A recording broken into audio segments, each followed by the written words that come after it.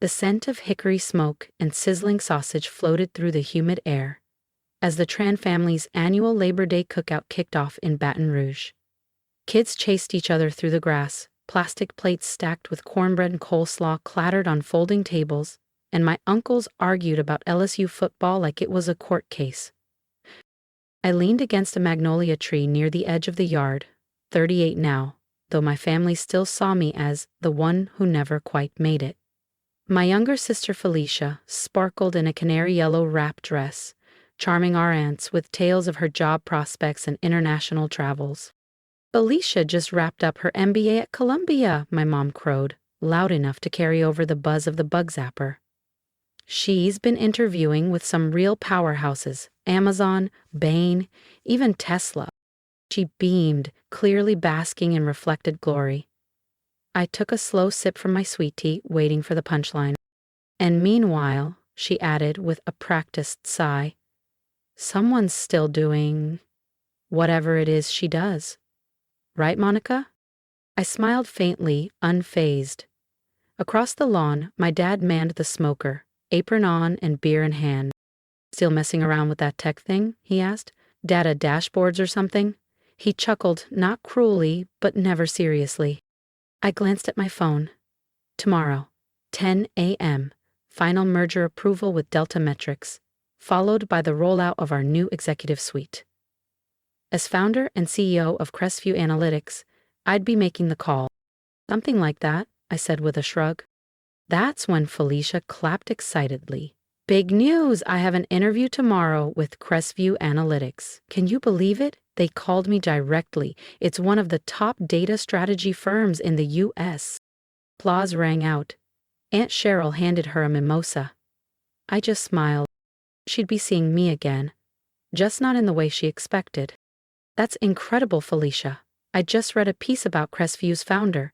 Brilliant woman, completely self-made, my Uncle Dennis chimed in, nodding with admiration. My dad gave a satisfied grunt as he turned a slab of brisket. That firm's no joke. They only hire the best, real selective. I suppressed a laugh, picturing the HR folder open on my laptop back in my home office. Felicia Tran, neatly listed among the external candidates for the final interview round. She didn't know the firm she was hyping up was mine, that I had started Crestview Analytics in a cramped Baton Rouge apartment 13 years ago with a used laptop and a second-hand coffee pot, while she'd followed every rule laid out for her. I'd spent my 20s writing new ones. What role are you interviewing for? I asked casually. Felicia's eyes lit up. Senior strategy consultant, practically executive tier, can you imagine? Wow, I said, letting the smile tug at my lips. Sounds promising. She tilted her head, feigning kindness. If I get the job, maybe I can put in a word for you, Monica. I'm sure they've got admin openings you could grow into. My mother raised her wineglass approvingly. That's sweet of you, honey. Lord knows your sister could use a nudge in the right direction. 38 and still, Felicia trailed off, gesturing vaguely in my direction. Figuring it out. I thought about my penthouse office overlooking the Mississippi River, nestled atop the Crestview Tower downtown, about the industry roundtable next week, where I'd be speaking under my professional alias, M. Reese, a name that had recently graced the cover of Wired. They hadn't connected the dots, not yet. That's generous of you, I said, voice smooth as honey. Best of luck tomorrow. Felicia grinned. Some of us create our own luck, sis. You should try it. The conversation drifted on to my cousin's new boat, my aunt's bridge tournament, and Felicia's thesis awards. I let it all wash over me. Tomorrow, everything would shift, and I wanted to remember what they looked like before the mask fell. As twilight settled over the yard, casting amber hues across the crepe myrtle branches, Felicia rose from her seat and tapped her wineglass with a manicured nail. I'll have to call it an early night, she announced, her voice projecting effortlessly. Need to be sharp for tomorrow. She smiled with theatrical pride. The CEO of Crestview Analytics is personally sitting in on final interviews. Reese or something. Nobody even knows who she really is. She tossed her hair. Well, whoever she is, she's going to love me. By this time tomorrow, I'll be part of their executive strategy team. Then she turned to Mom and added with a smug wink, maybe then you'll have something real to brag about. Mom dabbed her eyes with a napkin. Oh, sweetheart, we already do. At least one of our girls didn't lose the plot. I glanced at my watch. 12 hours and 52 minutes until Felicia would walk into the crescent room on the 27th floor and find me, Monica Tran, at the head of the interview panel. 12 hours until the world she built on assumptions and status collapsed. I stood and quietly gathered my bag. Early client call, I murmured.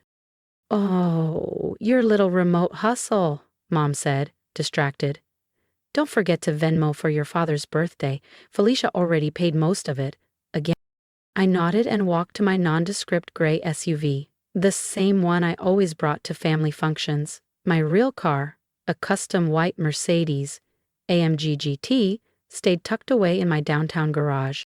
As I backed out of the driveway, tomorrow.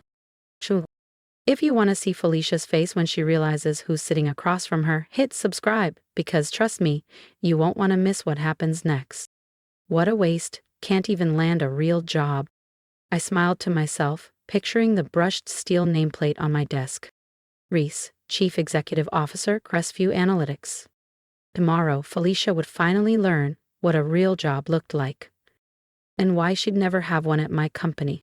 By 6:30 IME, I was already in my penthouse office downtown, sunlight pouring through the floor-to-ceiling windows overlooking the Mississippi River. The soft hum of servers warming up and the faint clatter of early-arriving staff echoed like music through the halls. I had built every inch of this place, and today, it would all come full circle. The slate-gray Max Mara suit hugged me like armor, calm, confident, battle-ready. As I skimmed the morning agenda, my executive assistant, Jade, knocked and stepped in. Your sister's interview is at 9 a.m. sharp, she said, placing a folder on my desk. She's in the lobby already, got here 30 minutes early. Punctual, I murmured. That's new? Jade smirked. She also posted on LinkedIn, manifesting my future as a Crestview exec. It's trending under Women in Leadership, Marketing Flag Day. I stifled a laugh. Did she now? The folder looked polished. Columbia MBA, impressive internships, glowing references. But I knew better. Those internships? Pulled from our uncle's business network. Those glowing reviews? Family friends. A performance resume stitched together with borrowed thread. The board's asking why you're sitting in on this one, Jade added. Quality assurance, I replied, rising from my chair. How many interviews before mine? 3. All briefed. They'll dig deep. At 9 o'clock IMing, I stood behind the one-way glass of our top-floor conference suite and watched Felicia glide in.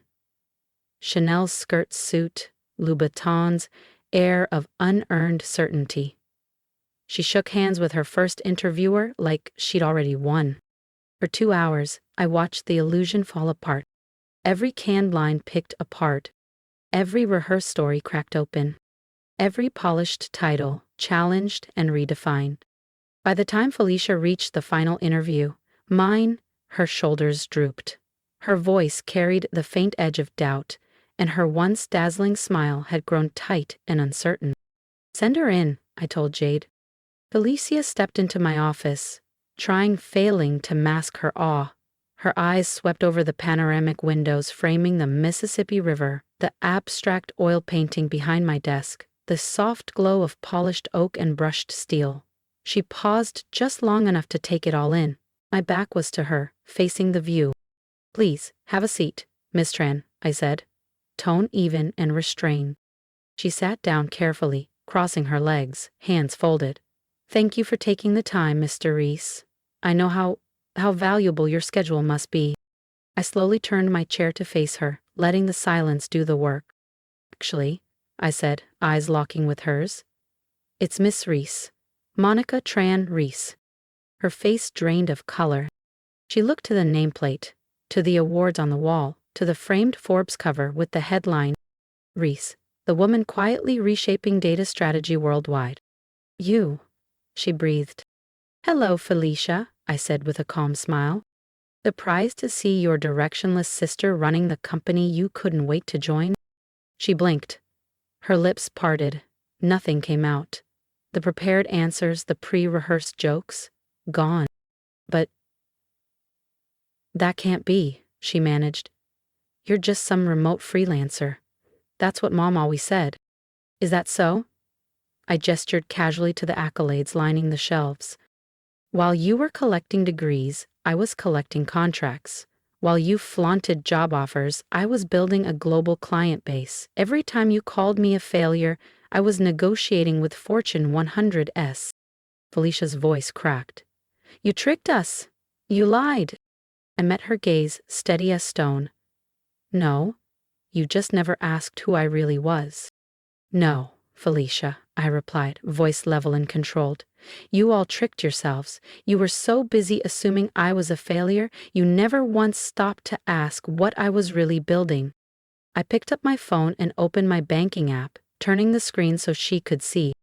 This birthday money Mom mentioned? Just sent my share. It's a 6-figure transfer. For me, it's a rounding error. Tears welled in her eyes. Not the broken kind, but hot, humiliated, furious. So what now? She snapped. You going to tell the whole family, make a spectacle of this? I shook my head. I don't need to say a word. Your interview performance already did that. 3 senior partners separately recommended against hiring you. Feedback was unanimous. Too arrogant, too shallow, completely unprepared. Her voice cracked. You set me up. I gave you exactly what you asked for. A chance to prove yourself. I just happened to be on the other side of the table. I stood, brushing down the front of my suit. You should look elsewhere, Felicia. Try building something real next time. Something not propped up by hashtags and Uncle Charles's endorsement. She rose unsteadily. Her expensive heels suddenly looked clumsy on the polished floor. The Chanel blazer she wore like a crown now hung like a mask, ill-fitting and exposed. Do Mom and Dad know? They will, I said, stepping past her to the door. I'm sure you'll tell them all about your interview with M. Reese. I pressed the intercom. Jade, please escort Ms. Tran out and cancel my dinner with the family. Yes, Ms. Reese. I've got a board meeting that requires my full attention. As the door clicked shut behind her, I heard her voice crack in the hallway, followed by a muffled sob. Not exactly the triumphant exit she had imagined. An hour later, my phone buzzed with incoming texts. First from Mom. What kind of cruel stunt was that? Felicia is in tears. Then from Dad. How could you humiliate your sister? We didn't raise you to be vindictive. I stared at the screen, let out a quiet breath, and turned it face down on my desk. They finally knew who I really was. But what they didn't realize, what they never asked, was that I'd stopped needing their approval a long time ago. I replied to the family group chat with a single message. You raised me to be successful. Congratulations, you did. Now maybe you'll recognize what real achievement looks like. Then I powered off my phone and turned back to what mattered. Running a billion-dollar analytics firm that reshaped entire industries while they were too busy making jokes at my expense. Let them take their time adjusting. I wasn't slowing down for their comfort. Over the next few weeks, the shift was palpable. When they called, which was rare, the conversations were stiff, deliberate. The old jokes about my side hustle vanished. In their place, cautious pleasantries, awkward silences, and overdone praise during Zoom birthdays. Felicia eventually landed a project coordinator job at a small branding agency across town. Not quite the executive seat she envisioned. No glass-walled office, no viral LinkedIn announcement. Just a job. Earned the traditional way, without shortcuts. Mom and Dad quietly stopped hosting their Sunday dinners. Maybe they were embarrassed. Or maybe they just didn't know how to exist in a world where the daughter they dismissed now owned the skyline they used to point to with pity. But the moment that sealed it came 3 months later. Forbes released their fall issue with a bold headline on the cover. The Silent Success: How One Woman Built a Billion-Dollar Company While Her Family Thought She Was Failing. There I was, centered in full color. Sharp suit, Baton Rouge's cityscape behind me. No aliases, No silhouettes, just Monica Tran Reese, in full view. I had 10 copies express mailed to each of my family members' homes. No card, no message, just the magazine. Just the truth. The article traced my rise from cramped freelance gigs in a rented apartment to leading one of America's most trusted AI firms. It laid bare the sacrifices, the strategy, and the silence that had carried me here, right under their noses. And at the end, the final line read, "Sometimes success doesn't need to shout. Sometimes it just signs the checks." And for me, that was enough. I no longer craved their praise or their permission to feel proud. I had built something real, something lasting, something that no one could minimize with a joke or dismiss with a shrug. Let them tell their version of the story now. Let them rewrite the past to make themselves seem more supportive. Let them pretend they always believed in me. While they recalibrate their narrative, I'm leading Crestview Analytics into a new era, finalizing our expansion into Europe, onboarding 2 enterprise-level contracts, and mentoring the next wave of underrepresented founders in tech. I'm doing what I love with a team I respect, building systems that matter. Success has already spoken, quietly, clearly, and without apology. And I have no intention of lowering the volume now. If you've ever been overlooked by the people who were supposed to believe in you, trust me, I see you. I know what it's like to sit in a room full of family and feel invisible, to be the one they talk over, laugh at, underestimate. I was called too vague, too emotional, too impractical. I was told I lacked direction while my sister racked up awards and applause. I was cast as the family wild card, harmless, forgettable.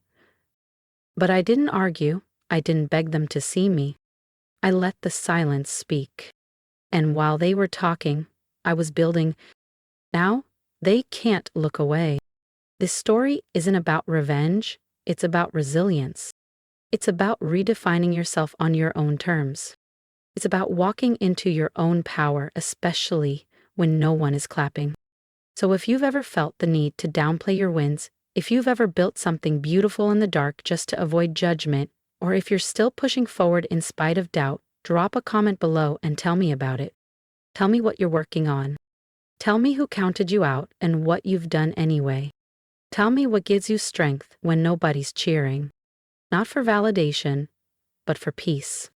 And if this story made something in you sit up and say, "That's me," hit that subscribe button. This isn't just a channel for underdog stories. It's a space for builders, for dreamers, for quiet giants. It's where we celebrate strength that doesn't need spotlights. Let them laugh, let them doubt. We'll keep building, because sometimes the best way to win is in silence until your name is on the building. Before you go, how are you doing, really? Did something go right today? Or are you just holding the line, one moment at a time? Drop it below. I read every single comment. This isn't just my story, it's ours. Let's celebrate your quiet victories too.